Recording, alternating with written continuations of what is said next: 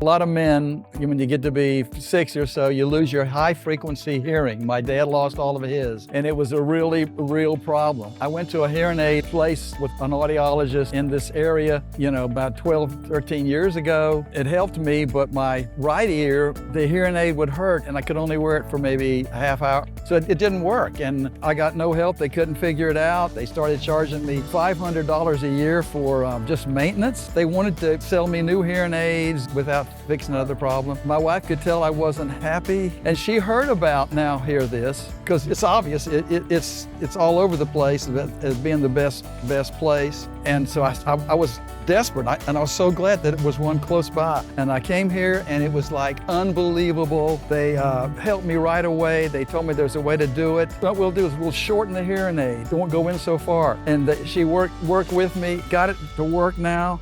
And it's a miracle because I have hearing aids in both ears. It's so great that even my wife came here and got her hearing aids here. So now my wife and I are wired for sound. We don't have to shout at each other. It's great. I can't believe this place. They worked so hard to make it work for me. And now I understand why they're voted the best audiology practice in Raleigh for 5 years straight. It's so obvious.